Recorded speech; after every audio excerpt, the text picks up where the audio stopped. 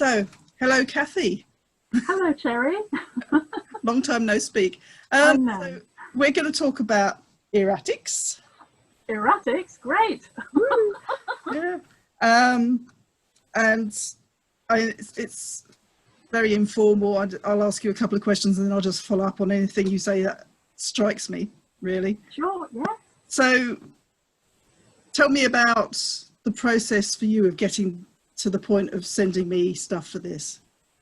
Well, I had a number of poems that sort of fitted together, and yet they kind of didn't fit anywhere. They were strange and unusual and a bit edgy sometimes, and I was sort of thinking, oh, the only way these would fit is if it was a collection of misfits, a collection of oddities and fun things, but how could I possibly do that? And then, you know, it was the poem Erratics partly that drew them together, even though I didn't choose that as a title.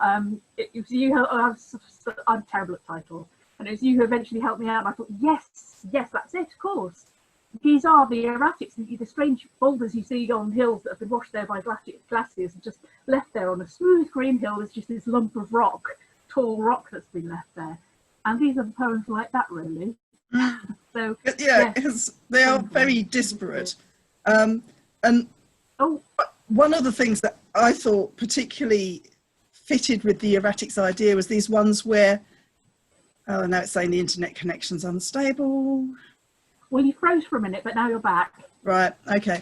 The poems where you have this sort of slippage where the word you're expecting isn't quite that word. Yes. So it's almost, it's a bit like this actually, it's like there's a lag. and what's come through is, oh, okay. And that feels a bit like erratics as well. This sort of, that's like the dragging down in the glacier thing. That's exactly what happens when and you've just got dumped there. Yeah. Yes, that's what happened when I was writing a lot of these. Is that I'd go and I'd put the word that sort of felt right, and then I think, no, hang on, and I'd be warring with my sort of good little schoolgirl who wanted to write the right word that made sense, and the poet who was saying, no, this word is right. Yeah. I can't tell you exactly why, but it needs to be that word.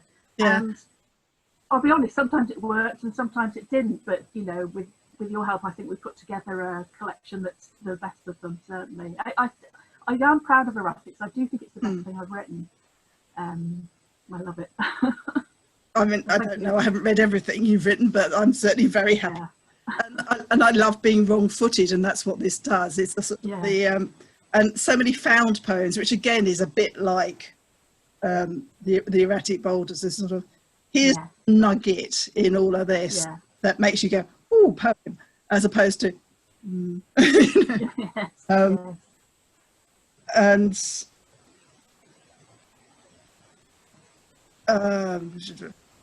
I think my favourite, which is actually a sort of fairly traditional poem in a lot of ways, is How I Learned Welsh to Speak, which is just hysterical. It's completely true as well. I'm sure. I did go on holiday to Wales in 1972, I think it was, in a tiny little tin can caravan, you know, 6 of us squished into it, and these very aggressive sheep outside who were not happy we were there in their field. And we did have this phrase book that said things like, oh, Mary, call your mother. May I pluck a rose? I should go to the Queen's Hotel if I were you. Completely unhelpful as regards actually speaking Welsh. And it's, yes, when you just want to say, can I have a pint of milk, please? I know, things like that. Or, you know, which way to the station, or you know, thank you, things like that. Yeah. And the social etiquette one and the Sylvia Plath, which are just taking existing texts and going, you know what? I love that. A lot of people think that found poetry and erasure poetry as well are just easy. You just sort of no, God no. And they're not. You have to work. You have to work really hard to get it right, to start at the right point, to finish at the right point, to work out what you're trying to do with it as well, where it's going, what it's doing. And yes. Yeah, I think a lot of people think that it's just sort of Tracying. Yes. Yeah. And it's not, because what you're doing is you're warping the meaning in the doing of it, and sort of saying, did you notice this undertone? Well, yes, yeah. I mean, it's supposed to have that undertone. Otherwise, Yeah. I don't think there'd be a lot of point in doing it if it didn't. Oh, exactly. Really, Yeah, it needs to. but that's have what the poem's something. doing. It's saying, Yeah, yeah, there it is. yeah. Particularly with the social etiquette one, I think. You know, I was reading this sort of. I do like vintage books, and I was reading this sort of etiquette from whenever it was, 1952 or something, and you know, it just struck me how incredibly enclosing and trapping it was, and how you were sort of etiquetted to death, literally, in your, you know, what gloves to wear and what edges to have on your notepaper when somebody died. You know, at no point did you get to cry or Oh, well, no. I need a hug or anything like that. You know. No, that's not done at all. Not Certainly not in done, public. No, not with your friends or anything, apparently. But yes, so yes, I do enjoy working like that, but I do think it's hard to get it right. And then there's a few others which are about the experience of your multiple disabilities. And one of my favourites of that is the Aurora Borealis migraine one. Oh, everybody's yes, out going, oh wow, it's only one of your going, no. Absolutely. I mean, I've got glasses with blue filter on, but if I do suddenly go, I've got to switch this off. It's because Zoom is can be a bit of a trigger. I'm all right at the moment. I'm having a good day. But we'll keep it short. With you know, eye issues and everything, things that people get terribly excited about, like the aurora. I have a sort of aurora. When I get a migraine, I do get these sort of purple and green, strange patterns. The closest description I can get is either the Aurora Borealis or a 1970s top of the pop special effect, you know, and it's sort of stop it. I mean, it'd be quite pretty if those ghastly oil slide things. Yes, exactly those. Yes, so you know, it's just such a contrast, and people don't expect it. You know, so anyway, they didn't get to see it in the end. I recovered from my migraine. Yeah, I do think one thing I am pleased about is that if I'd been trying to publish poetry about being disabled and having physical and mental health issues, if I'd tried to do that 50 years ago, I don't think I'd have stood a chance, or 100 years ago. And I'm very grateful that now I can, not, you know, with you and in sort of other competitions and so on, and anthologies. And I think it's important. These voices haven't been heard before. These situations haven't been read about before. And, absolutely. You know, and obviously there's intersection as well with sort of racism and sexism and homophobia and so on. But we haven't heard all these voices before, and it's great that they are coming out of it. Though, you know, we can't be complacent. We still have to sort of fight for every inch of space everywhere. And thank you for being part of that, really. Yeah, and of course there's some poems about bisexuality in here as well, aren't there? Oh yes, yes. There's I won't say the actual word because who knows who's going to end up watching this, but things people say to bisexuals, and they're sort of going, oh god. And I've probably said some of those. I do apologise. Well, no, you see, I've experienced it when I've been going out with a woman or when I've been going out with a man. People just make assumptions and say such awful things, or did. I think it's something we were completely uneducated about and erased. Yeah. Very much erased. And again, it's good that we're starting to step out of that. I was a bit worried about putting the lines in, you know, things my girlfriends had said, like, oh, I want to make you more gay and make you less bisexual and things like that. And I think I understand now a bit more where they were coming from their sort of own oppression, worried that I'd been oppressed too and didn't feel I could express my sort of lesbian side. Yeah. So I do understand more where it comes from, but yeah, I think it's complicated. We do exist. Yes, we are absolutely. Real. Yeah. And then there's these sort of complete flights of fantasy, like the Wuthering Heights one, and the Star Cleaners. I love the Star Cleaners. Thank you. I'm proud. That's one of the ones I do like. Well, fantasy is one of the things that saved me when I was a child. You know, I had a miserable childhood, and I read. Well, reading completely saved me. Words became everything to me. I just read and wrote and wrote and was sort of antisocial and all these other things. I did make friends at school. You know, it was my home life that was the problem, not my school life really when I was very young. but fantasy and science fiction as well. You know, the Yeah. possibilities there, Yes. and sort of reading all the sort of wonderful authors. Getting as far away from real life as possible.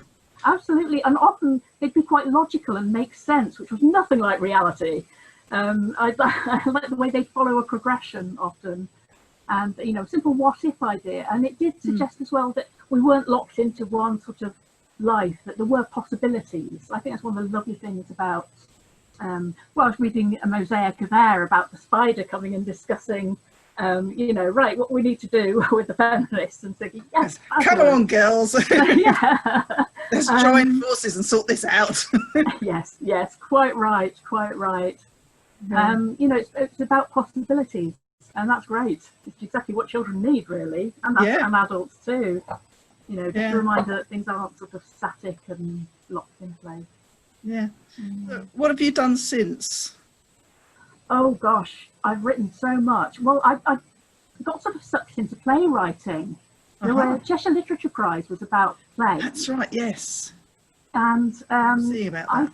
I just had this idea because I'd written on a Facebook status, or if I was on a desert island, I'd have a row with a coconut, honestly, because I'd just had an argument with a good friend. We've made up since, and it's all right, but you know, I'm a bit sometimes, and well, strong women clash, you know, which is fine. I think, you know, we need to be able to do that to disagree and for it to be fine. But someone said, my friend Joyce said, "Oh, you so have to write a one-woman play about that. Come on, someone, you know, I want to see you have a row with a coconut." And I ended up sort of writing it, and it developed and developed. And I ended up winning the Cheshire Literature Prize with my play A Taste of Paradise, in which a woman actually falls in love with the coconut. They do have disagreements. Yes, I remember you doing the lineup of who should we cast as the coconut.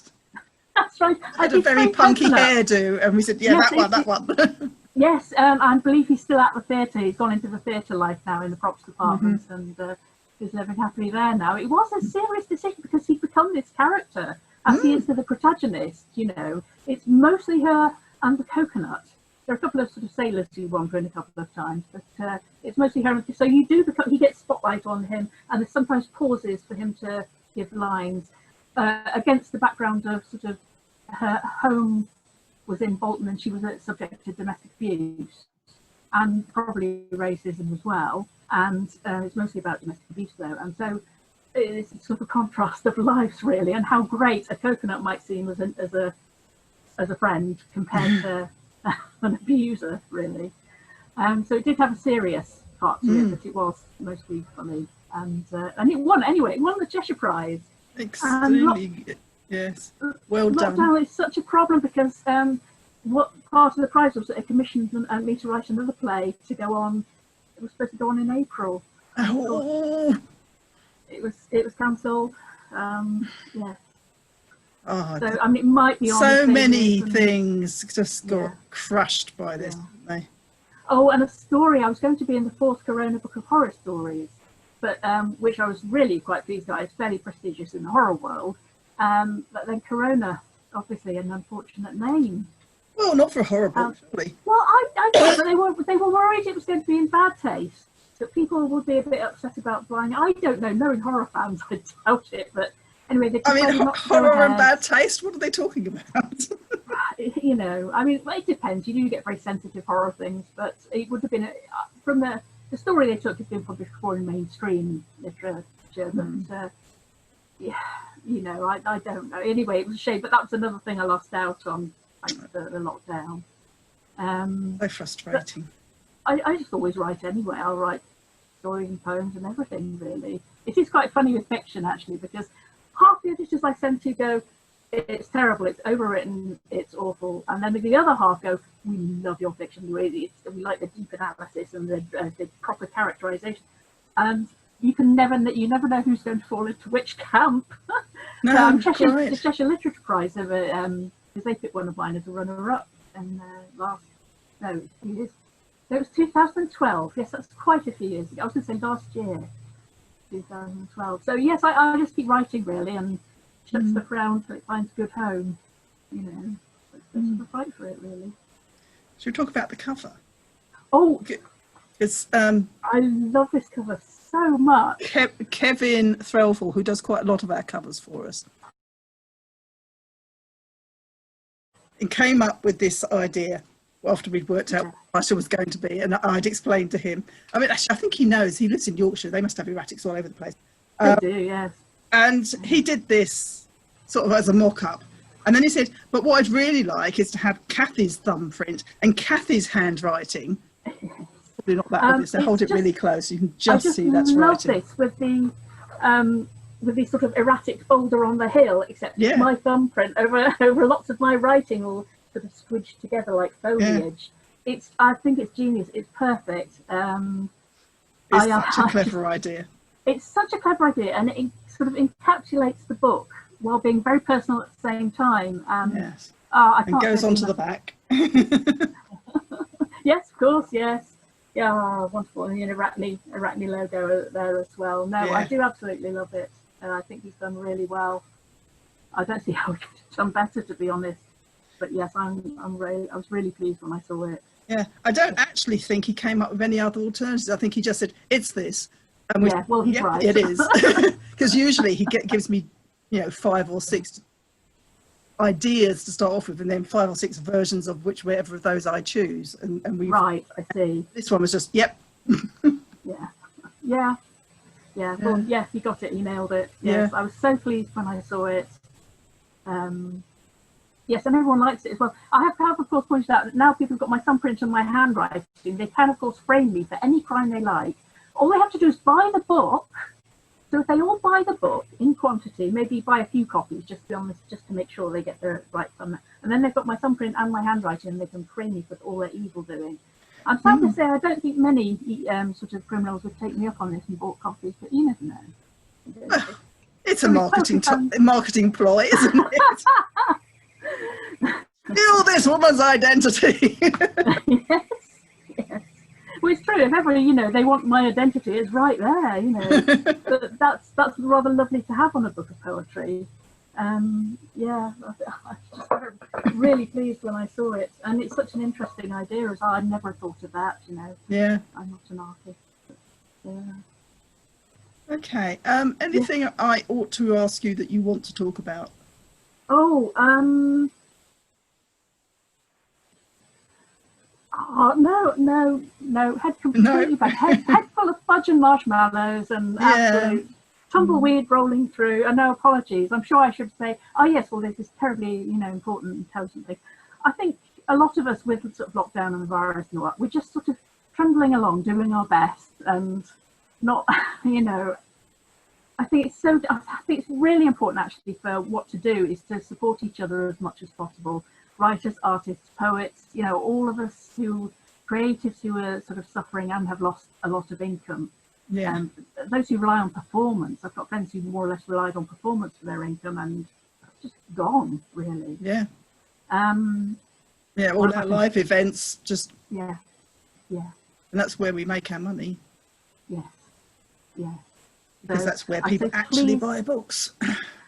Absolutely, yes. I always sell books at, where if I take some books to a live event, I'll sell some. But you can't sell them over Zoom. You can't. People aren't. It's people aren't remarkably difficult. Yes. So I think put in all the links you like. Yeah. It's just not the same. It's not as immediate. And so I think the main thing I want to say is that we should all try and support each other as much as possible. Keep the presses going, keep the poets going. As people have said, the arts are not a luxury. If you think what lockdown would have been like without the arts, if you took away all music, film, the recorded theatre, all the artwork, how much worse it would have been. So we know how important the arts are, so do support people and buy poetry books in particular. In particular, poetry books, absolutely. Definitely. This thing about taking poetry off the curriculum. I cannot imagine what they're thinking. English without poetry being there. It's been fundamental. It's absolutely fundamental to our culture. And not only that, but it can be a unique way of responding in a way that poetry in a way that prose and non-fiction can't always do. If we think of creativity, say in the First World War, poetry is right at the top of the list. Yeah. Poetry is what got through to people, you know, quite ordinary people as well. It's not just some esoteric thing for academics and posh people. You know, the poetry of the trenches was absolutely, and you're absolutely right about that, because yeah, you know, obviously, I mean, no, obviously about it. I did history at school. Right. I did English literature, and all of my knowledge of the First World War comes from literature. Yeah. Robert Graves, Rupert Brooks, who never mind, Sigrid Sassoon, Wilfred Owen, you know. Yes, and that got me off to go and read the history books, because I didn't learn that in history. We did different bits of history. Oh yes, we didn't get that far. It was kings and queens back when I was doing history, and that was about it. Well, we were doing Palmerston and Gladstone, which is right.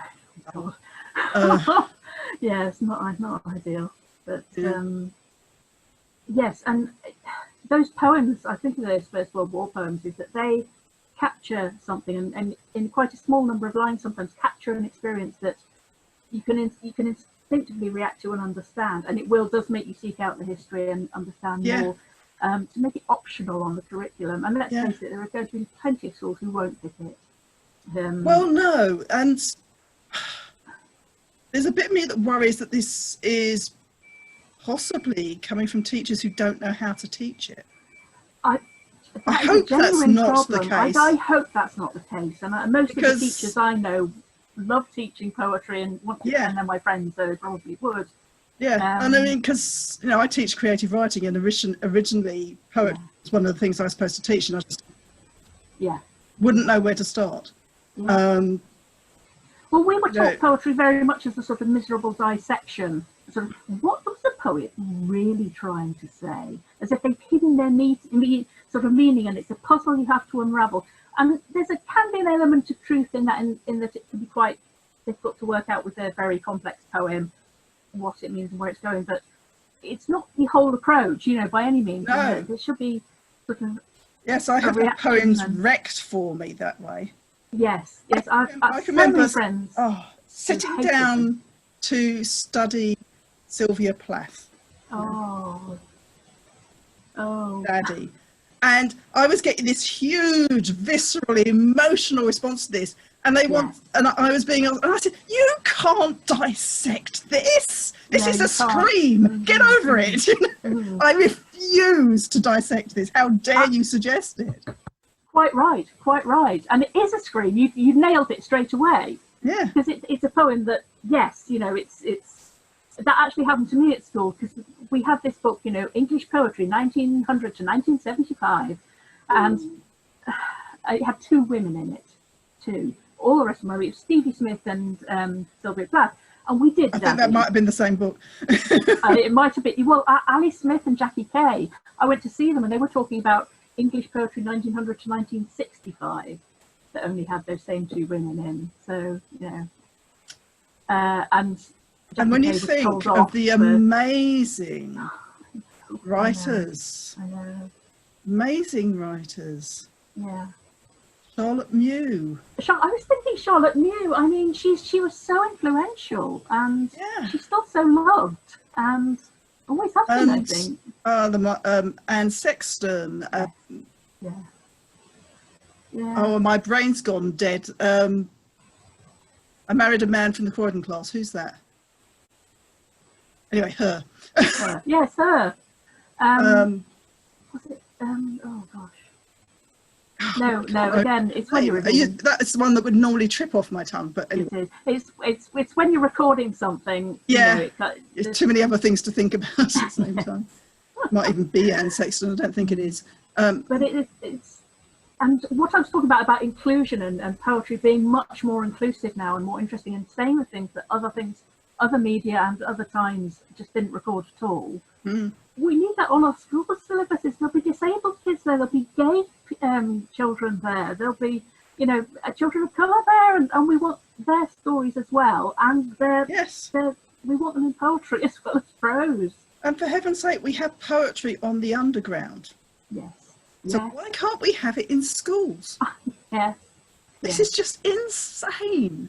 And there are people doing such amazing work with children. Kate Clancy, Selkirk Ayres. They're doing such brilliant stuff with kids in schools. And absolutely. Dominic Berry's another. And I would love, if I'd been a gay kid in school, I would love for Dominic to have come into my school and do loads of poems. I'm coming out as vegan, you know. I may be steak acting, but you know, it's just full of joy and wonder and hope and difference. And oh yes, well, does that mean they'll stop inviting poets into schools? I wonder. That would be heartbreaking. Anyway, yeah, yet another income lost. Yes, definitely, yeah. Mind you, I mean, I think letting anybody into schools for a while is going to be out of the question. Oh, of course, yeah. Oh, it's a mess.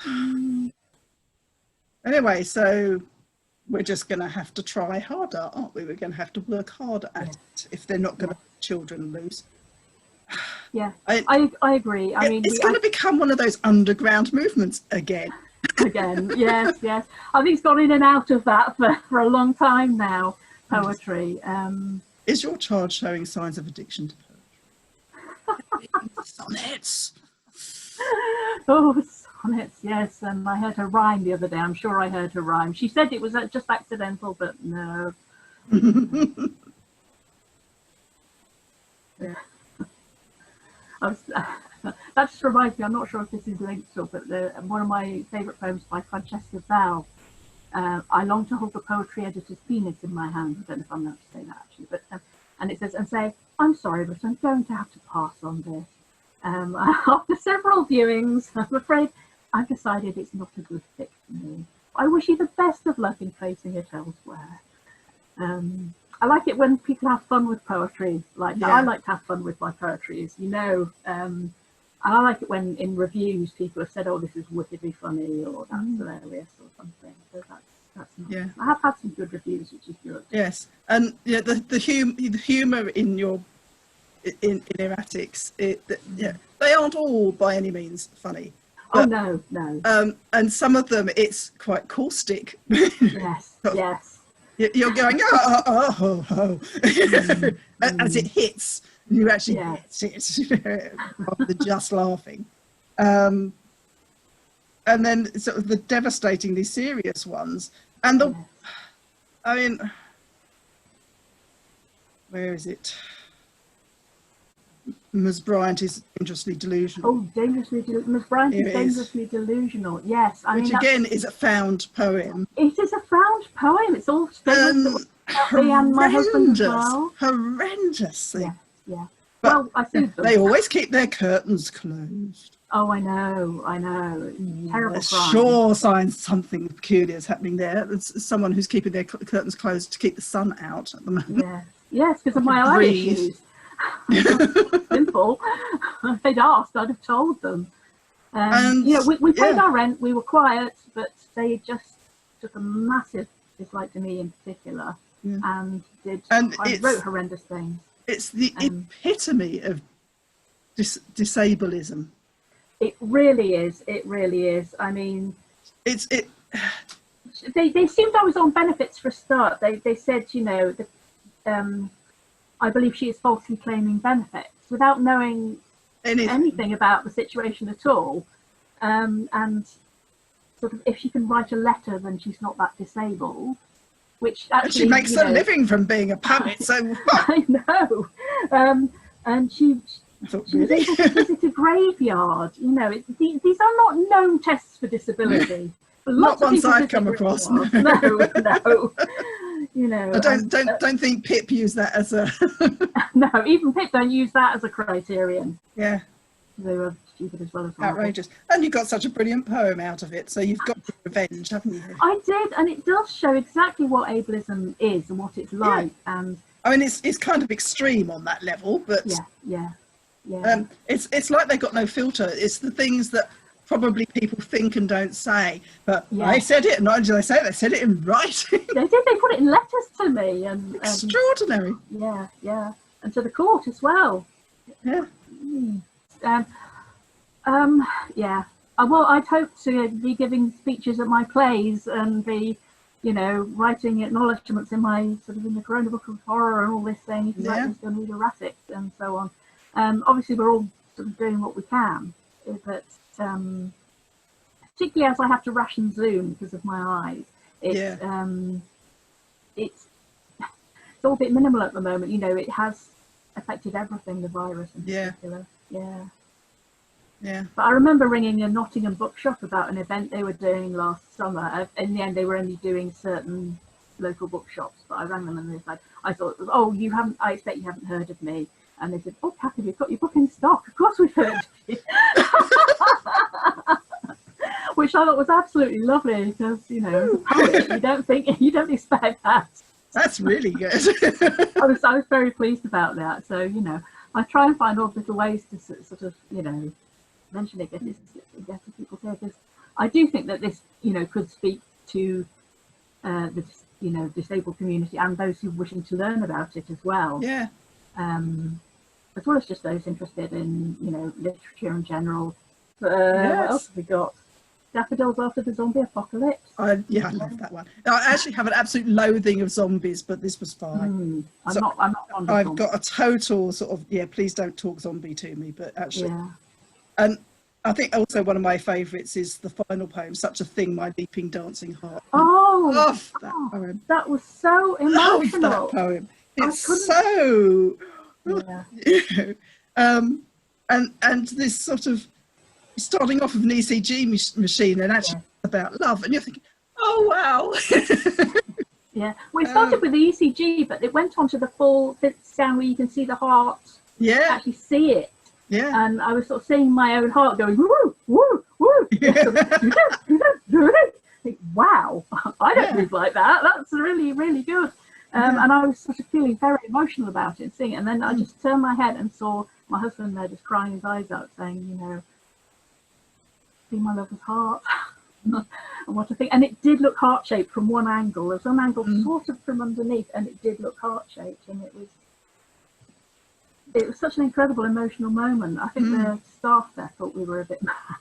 I'm surprised that doesn't happen all the time. Well, yeah, they tend to anyway. Well, one of them had already decided that my husband looked exactly like a Bond villain, a particular Bond villain, and he turned out he does look very much like Hugo Drax from Moonraker. But we didn't know that at the time. She was just saying, oh, you're that Bond villain, you're that Bond villain, which is a bit disconcerting. A bit. Yeah. So it was all a bit strange. And that's not what we're here for. Could we no. get this on? But yes, that was an incredible experience. I'm afraid I've had it and find out, yes, there are issues with my heart, but it's fine. It's just weird. Someone said that's exactly what poets are. And it's dancing, so hey. And it's dancing and leaping. Yeah.